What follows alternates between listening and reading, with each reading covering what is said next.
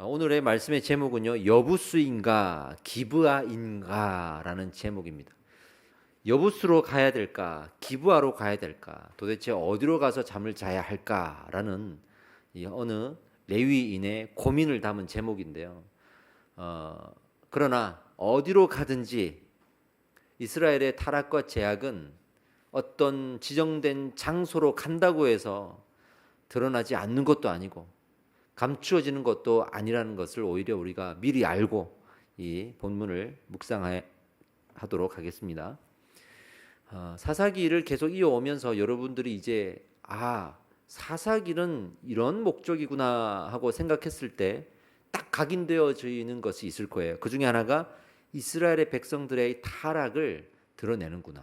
특정한 한 사람의 타락도 아니고 특정한 부류의 타락도 아니고 전체의 타락을 이 곳곳에서 다 하나님이 드러내시는구나 하는 것을 이제는 알 수가 있을 겁니다. 오늘 한 사람이 등장하는데 어느 레위인이 등장합니다. 이 레위인이 어떤 사람이냐면 에브라임 산지 구석에 우거하던 사람이라고 19장 초반에 기록이 되어 있습니다. 에브라임 산지 구석에 살던 사람이겠죠.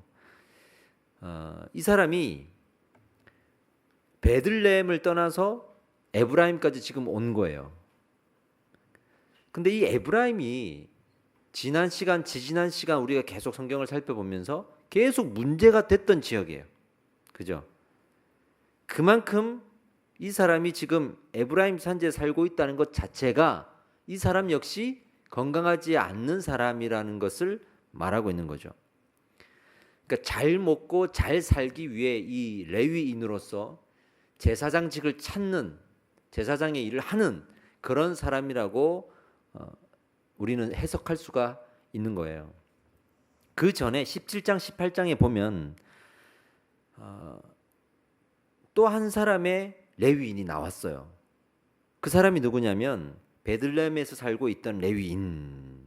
지금도 19장에서 또 레위인이 나오는데 베들레헴에서 온 레위인, 둘 다 베들레헴 출신의 레위인이에요. 그 당시에 대부분의 레위인들은 베들레헴 출신이었습니다. 그런데 그 앞전에 나왔던 사람은 에브라임 산지에 와서 무슨 일을 했냐면 미가라는 한 가족의 집에 들러서 먹고 살게 되고 그들에게 월급을 받고 그 가정을 위한 제사장이 되는 거예요. 그래서 문제가 되었죠. 근데 이번에는 이 베들레헴에서 있던 레위인이 똑같이 에브라임에 와서 더 끔찍한 일을 당하는 거예요. 이번에는 뭔가 점점 더 강해지는 듯한 강도를 우리가 인식하고 있어야 되죠. 타락한 레위인이 타락한 백성들을 계속 만나는 장면들이라고 전체를 이해하시면 됩니다. 그러니까 타락한 레위인이 어떤 종류의 타락한 백성들을 만나는지가 계속 17장, 18장, 19장에 나오는 거고, 그런 과정을 통해서 그 죄악의 결과가 무엇인지를 또 말하고 있는 거죠. 구체적인 타락의 증거를 이제 한번 봅시다.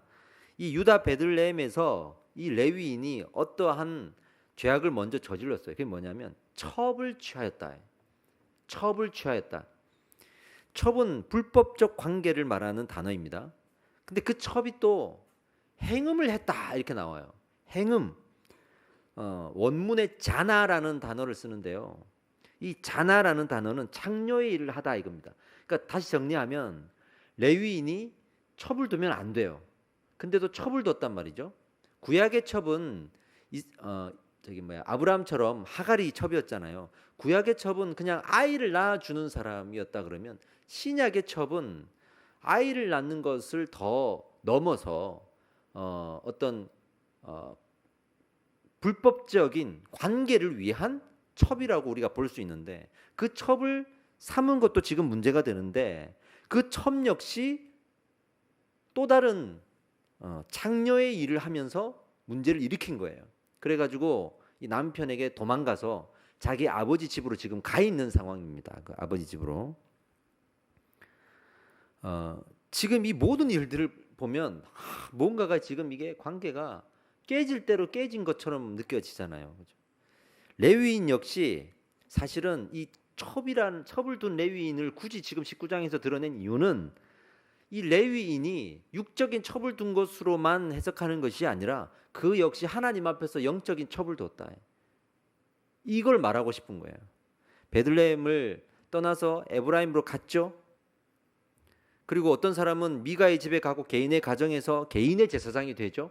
지금으로 말하면 목회자는 교회에서 교회를 섬기고 교인이 많든 적든 사례가 많든 적든 말씀을 가르치고 목회자로서의 일을 감당해야 됩니다. 헌법에 보면 목회자가 무슨 일을 감당해야 되는지가 나오는데 말씀으로 성도를 양육하는 것이 가장 중요한 목회자의 역할이거든요. 감당해야죠. 근데 이제 어려운 거예요. 교회를 시작해도 사람이 안 모이고 또 사람들 몇 명이 모여도 먹고 살 수가 없고 그러니까 저 강남에 가는 거죠. 강남 압구정 이런 데 제가 가가지고 부잣집을 찾는 거지. 가서 내가 이 집을 위한 목회자가 되겠다 하고 그 집에 들어가서 먹고 살면서 이 집을 위해서 기도해주고 이 집은 주일날 교회 갈 필요가 없는 거야. 아예 목회자를 사가지고 집안에서 예배를 드리면 되잖아. 이제 그렇게 산다고 생각해 보세요. 구약 시절에도 그렇게 하면 안 되는 거예요. 그런 일들을 지금 자행하던 이 레위인들의 모습이 보여지는 거죠. 그러니까 영적으로 이미 하나님을 떠나서 영적인 간음을 행하는 거예요. 영적인 첩을 두고 영적인 간음을 행하는 것을 드러내는 겁니다. 전반적인 타락을 의미하는 거죠. 그만큼 하나님과의 관계가 깨어지면서 이 육적인 죄악들이 드러났다. 이렇게 성경은 분석하는 거예요. 이 모든 타락의 근원이 하나님으로부터 우리가 영적인 배도를 하고 불륜을 저지르고 간음을 저질러서 우리가 이런 결과가 나타났다는 것을 성경이 계속 드러내 주는 겁니다. 이 첩이요, 다른 남자와 행음을 하여서 남편에게 들키니까 도망을 가잖아요. 자기 고향이 베들레헴입니다. 그러니까 이 레위인이 원래 베들레헴에 있었고 베들레헴에서 살던 다른 첩을 둔 거 아니에요. 그리고 둘이 이제 에브라임으로 왔으니까 문제가 생겨서 이 여자가 어디로 갔겠어요? 자기 고향이 베들레헴으로 갔단 말이에요. 그러니까 이 첩을 찾으러 자기도 베들레헴에 가서 이 첩의 집으로 가는 거예요. 부모님이랑 같이 있었단 말이에요. 이 첩은 부모님한테 가는 거예요. 그런 일들이 지금 나오고 있는 겁니다. 근데 이제 가서 그 첩의 아버지랑 같이 술을 먹고 밥을 먹어요. 성경에 보면 먹고 마시며 돼 있는데 여기 마시면은 술을 이야기하는 겁니다. 이거. 그러면 레위인이 그 아버지랑 같이 밤새 술을 먹는데 이제 밤새 술 먹고 그 다음에 이제 다 데리고 떠나야 돼. 첩과 하인을 데리고 떠나야 돼.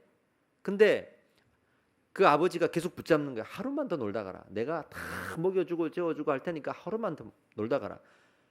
근데 이 레위인이 에브라임으로 갔던 이유가 뭐죠? 먹고 살기 위해서 간 거 아니에요.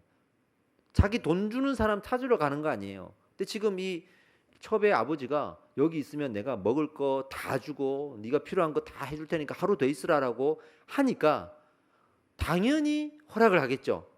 그래서 하루를 더 허락해. 그 다음날 되니까 또 다 해줄 테니까 하루 더 있다 가라. 그리고 그 다음날 가려고 그러니까 또 하루 더 있어라 이러면서 계속 유혹하는 거야. 그래서 일주일이 지나갔어. 일주일 동안 이 레위는 거기서 먹고 마시고 그러면서 에브라임에 갔더니 취업이 잘 안 되는데 여기 오니까 이렇게 먹고 마실 수 있구나 실컷 즐기다가 계속 있을 수 없으니까 왜 하필 이게 일주일일까? 이것도 상당히 사실은 많은 해석들을 할 수가 있는데 저는 오늘 거기까지는 안 가겠습니다. 그리고 이제 다시 이제 떠납니다. 떠나는데 여기서 이제 일이 벌어져요. 길을 가다가 베들레헴을 떠나서 길을 가다가 밤이 된 거예요. 그러면 이제 잠을 자야 되잖아요. 그래서 하인이 이렇게 얘기합니다. 가까운 곳에 여부스라는 베들레헴 바로 옆이거든요. 근데 이방인 지역이죠. 그래서 이 여부스 지역에 가서 우리가 잡시다. 그랬더니 이 레위인이 자존심은 있었는지 왜 우리가 이방인 지역에서 자야 되느냐? 위험하다. 이러면서 우리 이스라엘 민족이 사는 지역에 가서 자야 되지 않겠냐? 우리 이스라엘 민족인데 이러면서 어디로 가냐면 기브아로 갑니다. 이 기브아가 베냐민 지파의 땅에 있던 기브아를 말해요. 성경에 기브아가 몇 군데 나오는데 이 기브아는 베냐민 지파 땅에 있던 그 기브아를 말하는 거예요. 그러면서 기브아로 갑니다. 여기서 중요한 거는요. 그 창세기에서 마치 아브라함과 롯이 헤어질 때 생각나지 않으세요? 너 어디로 갈래? 네가 우하면 내가 좌하고 네가 좌하면 내가 우하리라. 그때 이 롯이 무엇을 택했죠? 소돔과 고모라를 택했어요. 지금 이 상황에서 나름대로는 자기 민족의 땅을 선택한 이 레위인이 그럴싸해 보이잖아요. 근데 여기에서 오히려 이 레위인이 갖고 있던 신앙의 본질이 드러나는 거예요. 만약에 이 레위인이 뭐 첩을 두거나 그렇지 않은 모범적인 레위인이었다 그러면 그래도 하나님이 주신 땅에서 자야지, 이게 거룩해 보이는데, 타락할 대로 타락한 지금 레위인이 그나마 먹고 자는 데는 또 자기 민족 땅에서 자야 된대. 이게 오히려 역격화가 나타나서 성경은 그 사람의 죄악의 본질을 드러내는데 활용되고 있는 거예요. 이게 뭐냐면 민족주의예요. 민족주의. 내가 하나님 다 버렸어. 영적으로 이미 하나님을 떠났고 배신했고 간음을 저질렀어. 그러면서도 마지막 끈 하나, 그래도 나는 제사장이야 하면서 자기의 모든 타락을 다 변명하고 합리화시키는 수단 하나를 갖고 있는데, 그게 민족주의예요. 우리 이스라엘 민족은 택함 받은 족속이에요.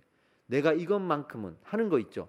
지금으로 말하면 나 교회 다녀 이거겠죠. 밖에서 타락할 때까지 다 타락하고 술 먹으면서도 나 교회 다녀 하면서 자기의 이 타락을 다 합리화시키는 거예요. 그죠? 제가 이제 아르바이트하고 직장 생활을 좀 할 때, 저는 제 사무실에 그때 여러분의 직원들이 있었어요. 회식을 하러 가는데 나는 이분들이 교회 다닐 거라는 상상을 못했어. 평소의 행동과 말투와 뭐 술 담배는 기본이고 너무 거칠게 놀고 음란해 또. 근데 거기서 술 한 잔 들어가니까 다 드러나더라고. 나는 안 먹겠죠. 나는 이제 비싼 이제 반찬만 먹는 거지. 이제 회가 나오면 한 줄채 다 가져가서 먹고 그러겠죠. 근데 이분들이 내가 술을 안 먹으니까 그제서야 본색을 드러내. 누구는 교회 안 다니는 줄 알아. 내가 성가대 지휘를 하고 있고, 내가 학생부 교사를 하고 있고, 내가 우리 교회 10년 개근상을 받았고, 뭐 이런 식의 자기 자랑들이 늘어놓을 때, 저 사람이 교회를 다니는 사람이었구나. 오히려 저는 충격을 받은 거야. 그 사람의 믿음의 본질이 뭐예요? 나 교회 다녀. 이거 하나면 나머지가 타락해도 되는 줄 아는 거야, 이게. 지금 이 타락한 레위인이 딱 그 상황이에요. 나 그래도 우리 민족을 사랑해. 잠을 자더라도 우리 민족에게 갔어야지. 그게 이렇게 타락할 수 있었던 근거가 되는 거예요. 근거가 되는 거예요. 왜 우리 데이트 폭력 있잖아요. 사랑하는데 남자가 여자가 헤어지자 그러니까 막 두드려 패잖아. 그거 왜 그러냐면 사랑하니까 그랬대. 놓치지 않고 싶어서 그랬대. 이렇게 변명을 하겠죠? 그러니까 이 사람이 내가 이 사람을 폭행을 하면서도 양심의 가책을 안 느낄 수 있었던 이유는 내가 너를 사랑하니까 라는 자기 변명이었어요.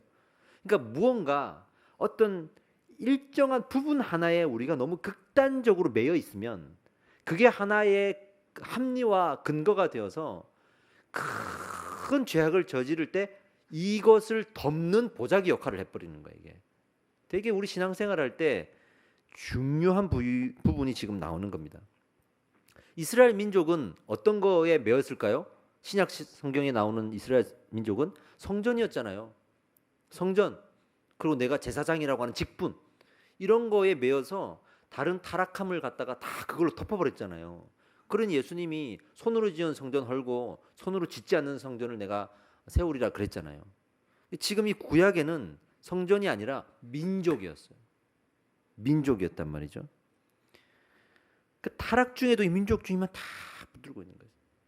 지금으로 말하면 나 은사 받았어. 내가 방언을 한다든지, 내가 기도하니까 사람들이 막 나. 내가 기도하니까 귀신이 떠나. 내가 막 사람들의 마음을 막 읽을 수 있는 것 같고, 막 근데 예언의 은사를 받았다 그러고, 이런 나는 기도를 잘해. 이런 것들 하나가 너무 자신의 어떤 정체성을 대변하는 극단적인 자기 자랑이 되면 다른 부족함과 타락함이 있어도 그걸로 덮어버리는 거예요. 그 목회자도 나는 목사야. 이렇게 하나님이 세우신 목사야. 라는 게 너무 강해버리면 자기가 실수하고 자기가 잘못하면서도 그래도 나는 목사야. 이것 때문에 나머지가 상쇄되는 거예요. 우리도 성도들도 내가 이 교회를 큰 교회를 다녀. 우리 교회가 건강해. 우리 목사님이 좋은 분이야. 부터 시작해서 나는 은사를 받았어. 나는 재능이 있어. 나는 직분이 있어. 이런 거에 너무 큰 정체성을 가져버리면 이런 결과가 나타날 수 있다는 거예요. 이런 결과가 나타날 수 있다는 거예요. 기부에서 이제 자게 됩니다. 하나님 이걸 철저하게 깨서 마치 출애굽 시절에 제가 그 사경회 때 말씀드린 대로 10가지 재앙이 애굽이 섬기던 그 우상의 형상을 역으로 사용하셔서 재앙을 내리셨다 그랬잖아요. 개구리 우상. 거기 나오는 이 재앙이 있어요. 세 번째 재앙, 이 재앙. 이 재앙이 사실은 정확하게 머리에서 있는 그 인지 아닌지 몰라요. 많은 학자들이 뭐라고 얘기했냐면 당시에 특별한 그 어떤 모기를 얘기한다. 모기. 그 모기가 유충이 있잖아요. 그걸 이라고 하고 그것이 나중에 악질과 독종제약으로 이어지는 어떤 나쁜 전염병의 근거가 된다 이렇게 많이 해석을 하거든요. 근데 그런 것까지 우상으로 섬겼단 말이에요. 그런 것까지 이든 모기든. 그러니 그걸 역을 사용하셔가지고 하나님이 심판하셨단 말이죠. 그러니까 지금 이 사람도 민족주의에 빠져 있잖아요. 그러니까 오히려 민족 그 자신이 섬겼던 우상 같은 민족, 이스라엘 민족, 그 민족이 역으로 하나님의 징벌의 도구가 돼서 자기를 힘들게 만드는 거예요. 그 사건이 일어나는 거예요. 그 사건이. 기부에서 어떤 일이 벌어지냐면 당시 이제 자기 민족들 안에서는 자기가 다른 지파, 다른 지역에 갔을 때 나그네가 되잖아요. 나그네가 이렇게 길에 앉아 있으면 손님에 대한 어떤 그 우선적인 문화가 엄청 강했습니다. 손님을 잘 접대해야 된다는 거는 나중에 보면 아시겠지만 무슨 문제가 생겼을 때 어떤 노인이 자기 딸을 내어주잖아요. 손님을 보호하려고. 그만큼 손님을 중시하는 문화가 있었습니다. 우리나라도 예전에 보면 집에서 제일 좋은 거 내오잖아요. 손님한테. 저기 이제 저도 어렴풋이 생각나는 건 어릴 때 그 항상 안방에다가 엄마가 이불 같은 거를 깔아 놓으면 그 안에 아랫목에 밥, 따뜻한 밥 이렇게 아빠 오면 준다고 이렇게 넣어 놓으시잖아요. 저 어릴 때 생각나거든요. 근데 손님이 가끔 와가지고 밥을 먹어야 될 때 그거를 꺼내 주는 거예요. 찬밥 주지 않잖아요. 그런 문화들이 그 당시 아주 강했어요. 근데 자기들이 이렇게 앉아 있으면 누군가가 우리를 초대해서 자고 가라 할 텐데 이상하게 이 지역은 초청하지가 않는 거예요. 이상하다 하고 있는데 어떤 사건의 복선을 말하고 있는 거죠. 한 노인이 영접합니다. 한 노인. 이 노인이 여러분 진짜 집중하셔야 돼요. 이 노인이 정말 우리가 집중해서 살펴봐야 될 인물이에요. 노인이 자기가 영접하겠다 그럽니다. 왜 거기 있냐? 아무도 영접하지 않습니다. 내가 너희를 영접할게. 들어오시오. 그럼 내가 가지고 있는 재산이 아직 여유가 있으니까 마음껏 먹고 자고 갈 수 있게 해줄게요. 그리고 자기 집으로 데려가요. 소문이 나겠죠. 소문이 났는데 동네 불량배들이 몰려와요. 불량배. 개혁판에는 이제 비류라고 되어 있는데 개정개혁판에는 불량배라고 해석이 되어 있습니다. 이 불량배는 당시에 아다라는 어떤 단어가 그들 사이에 나온 걸로 봤을 때는 분명히 남색하는 자, 그러니까 동성애자로 이제 여기는 해석할 수 있습니다. 왜냐하면 그들이 내가 저들과 관계하리라 하면서 손님들을 내놓으라고 막 밖에서 협박을 하는데 그때 사용한 단어가 근거가 되는 거죠. 자, 23절에서 25절까지 본문 말씀에 이제 어떤 일이 벌어지는지가 나오는데 사실은 성경의 역사상 가장 잔혹한 사건이라고 평가되는 일들이 벌어집니다. 줄거리는 여기에 나와 있지만 중요한 거는 그들이 손님을 내놔라. 우리가 동성애를 하겠다. 이제 성적으로 아주 타락한 짓을 하겠다라고 했을 때 이 노인이 손님을 보호하려고 딸들을 내놓을 정도까지였어요. 누구라도 내놓지 않으면 이제 살인이 일어나겠다고 생각했겠죠. 근데 그들이 계속 거부를 하니까 이 레위인이 어떻게 하냐면 자기 첩을 문 열고 내주는 거예요. 자기 첩을 던져버리는 거예요. 이 레위인이 얼마나 못된 사람인가도 드러나는 거잖아요. 아무리 첩이라 그래도 말이죠. 그 상황에서 던져버리는. 그 문을 닫고 이제 그 문을 열어주지 않는 거죠. 그리고 아침이 되어서 문이 열렸을 때 그 여자가 죽어 있었어요. 어떤 상태로 죽어 있는지는 제가 이 자리에서 말하지 않아도 본문에 지금 나와 있습니다.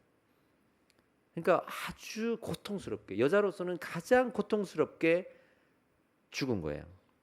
살해를 당한 거죠. 자, 여기에서 그 사람들이, 불량배들이 했던 말을 생각해 봅시다. 내가 그들을 끌어내리니, 그렇잖아요.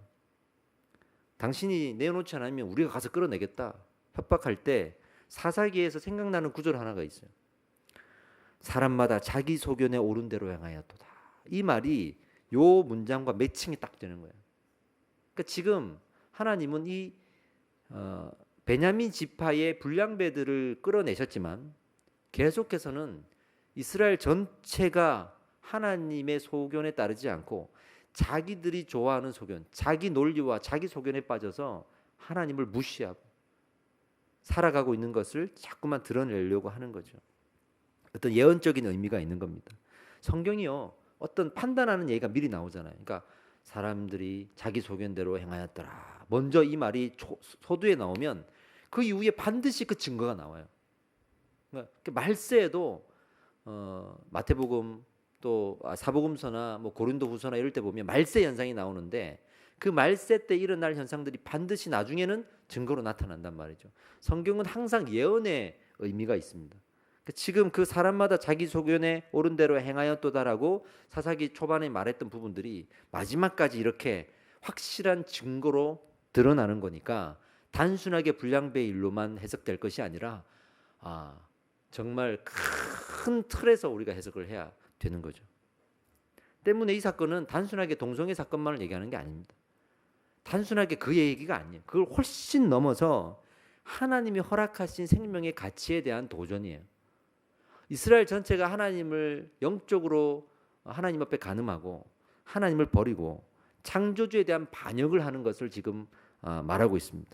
자기 소견대로 그랬는데 하나님이 정하신 가치보다 세상의 가치를 먼저 생각하는 그것을 지금 하나님은 드러내시고 있는 거죠. 여러분, 우리가 죄를 생각할 때 항상 죄의 본질은 하나님의 기준이 아니라 내 기준을 내세웠을 때라는 걸 잊어버려서는 안 됩니다. 가끔은 우리가 생각하는 이성과 논리, 내가 생각하는 근거들이 완벽할지라도 하나님은 또 그것을 인정하지 않으실 때도 있고 우리가 모르고 우리가 알지 못하는 방법으로 하나님이 이끌어 가실 때가 있거든요. 근데 우리는 자기 이성과 자기 논리가 우상이 될 때도 있어요. 이런 부분들도 우리는 생각해 봐야 되죠. 아까 말씀드렸던 소돔과 고모라 사건과 되게 비슷하지 않습니까? 소돔과 고모라에서도 롯이 소돔과 고모라에 있을 때 불량배들이 찾아와갖고 나와라. 그 똑같은 동성애자들이 찾아왔거든요. 그만큼 그 창세기 시절부터 사사기 시절까지 엄청난 시간이 흘렀는데 잘 보세요. 창세기 시절의 소돔과 고모라는 이스라엘 입장에서는 약간 이방인들이 사는 지역이었다고. 그때의 일이 오히려 사사기 가니까 이스라엘 내부로 들어와가지고 똑같은 사건이 벌어지잖아요. 그러니까 마치 창세기에 바깥에서 일어났던 타락의 증상들이 점점 스며들어가지고 지금 이스라엘 중심에서 이 일이 벌어지고 있는 거죠. 이 일이 벌어지고 있는 거죠. 이 점진적인 드러냄, 점점 본질과 큰 것을 드러내는 하나님의 목적과 의도를 알 수 있고 사사기 마지막에 가서는 결국에는 이스라엘이 그 죄악이 점점 더 커지고 무거워져서 여기까지 왔구나 할 수 있는 거. 또 다른 한편으로 보면 처음부터 그랬어요. 처음부터 그랬는데 하나님이 의도적으로 처음에는 리더들의 타락을 드러냈다가 나중에는 전체의 타락을 드러내는 거죠. 저는 어떻게 보면 뭐 한국 교회가 목회자들이 타락했다. 유수한 훌륭한 분들이 정말 젊은 시절에 우리가 정말 본받을 수 없을 만큼 큰 공을 세우고 큰 사역을 하셨던 분들이 지금 막 무너지고 있는 이야기들이 들리지 않습니까? 저는 이 이야기들이 단순하게 리더들, 지도자들의 타락이라고 보지 않습니다. 이미 우리 밑바닥까지 타락이 돼 있는 거예요. 교회는 한 사람만 타락한다고 타락하지 않아요. 목회자가 타락해도 성도들이 정신 똑바로 차리고 있으면 교회는 절대로 무너지지 않습니다. 또 성도들이 타락해도 목회자가 정신 똑바로 차리고 있으면 그렇게 쉽게 타락하지 않습니다. 근데 둘 다 타락하면 어디서부터 시작될지는 모르지만 타락하는 거예요. 대부분 리더부터 드러나요. 드러날 수밖에 없죠. 이게 나중에는 저 예배만 드리던 성도들까지도 이게 얼마나 스며 들어갔는지 다 드러나요. 지금은 지도자들의 어떤 타락들이 드러났다 그러면 이제 이 성도들의 타락이 곧 계속 저는 드러날 거라고 생각해요. 그런 의미에서 빨리 우리의 거울을 삼고 우리가 하나님께로 돌아가자. 할렐루야. 영적인 간음을 멈추고 여호와께로 돌아가자라고 하는 우리의 신앙의 고백들이 있어야 할 줄 믿습니다.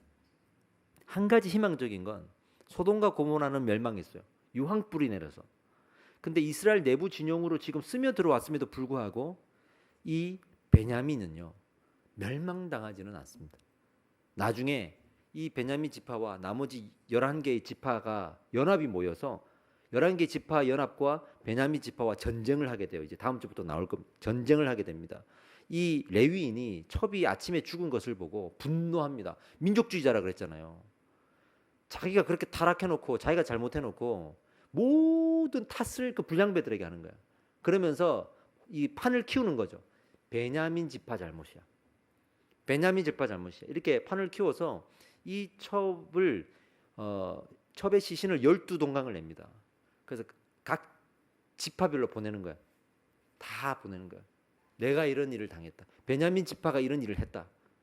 그래가지고 이 나머지 지파들이 다 그 소식을 듣고 달려와갖고 연합군을 형성하게 돼요. 전쟁을 하게 되는 거죠. 성경은 이 레위인의 판단과 전혀 다른 판단을 하고 있는 거예요. 베냐민 지파의 잘못이 아니에요. 그렇게 해서 연합군과 베냐민 지파가 싸워가지고 결과가 어떻게 됐겠어요? 당연하게 연합군이 이겨야 되는 거 아닙니까? 아니에요. 서로가 망합니다. 서로가 망해요. 말도 안 될 것 같은 전쟁이었는데 마치 미국이 쿠웨이트 침공하는 것 같은 그런 수싸움에서부터 말이 안 되는 전쟁이었는데도 하나님은 모두가 망하게 만듭니다. 모두를 망하게 만듭니다. 이번에는 이 사사기를 통해서 결국에는 하나님이 세우시는 왕이 아니고서는 하나님이 직접 나서지 않고서는 해결될 수 없는 이스라엘의 침몰을 계획하시는 거죠. 노인의 외침. 저는 이 노인을 마지막으로 살펴보면서 마무리하고 싶어요. 이 노인이 과연 누굴까? 그렇게 타락한 사사기 시대에 사사기 전체를 둘러보았을 때 힘 있는 사사들이 아니라 그 백성들 사이에서 유일하게 등장하는 어떤 의로운 사람 하나 같은 느낌이 좀 들죠. 자기 딸을 내어주려고 했던 것에 대해서 많이 실망하실 텐데 그만큼 당시의 문화가 손님 중심 그리고 남성 중심, 딸도 근 하인 같은 존재였기 때문에 이런 문화들에 우리는 조금 더 이해를 해야 될 필요도 있지만 더 나아가서는요. 아버지가 자기 딸을 내어놓으면서까지 이 레위인을 보호하고자 했던 것. 그런데 레위인은 이미 타락했어. 이게 이제 많은 학자들이 예수 그리스도의 십자가 사건을 예표한다고까지 말하는 거예요. 내 아들을 줄 테니 이 사단 마귀에게 내 아들을 내어줄지라도 인류를 보호하고자 했던 거예요. 근데 그 인류가 이미 타락할 만큼 타락했었다는 거죠. 그럼에도 불구하고 이 노인처럼 보호하고자 했던 그 예수 그리스도의 마음이 느껴지는 장면이니까 이 노인을 우리는 재조명할 필요가 있는 거죠. 그런 시대에 이런 사람도 있었구나 하면서도 하나님은 그러한 사람들을 통해서 예수 그리스도를 예표하고 계셨구나를 느낄 수가 있는 겁니다. 결론을 맺겠습니다. 여러분, 아무리 시대가 타락했어도 하나님이 세우신 의인들은 일어납니다. 의인들은 반드시 일어납니다. 그리고 하나님은 우리가 아무리 타락했어도 결국에는 하나님은 포기하지 않고 이렇게 세울 겁니다.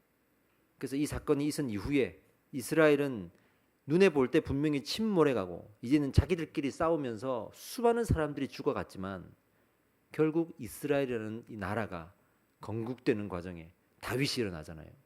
다윗이 일어나잖아요. 그러니까 우리는 시대가 타락하고 교회가 타락하고 또 교회가 또 어려움이 있다 할지라도 포기하지 않고 하나님의 섭리 가운데 내가 어떤 사람이 되어야 하나, 이 타락과 문제들 속에 어떤 행보를 내가 해야 되는지를 고민하셔야 돼요.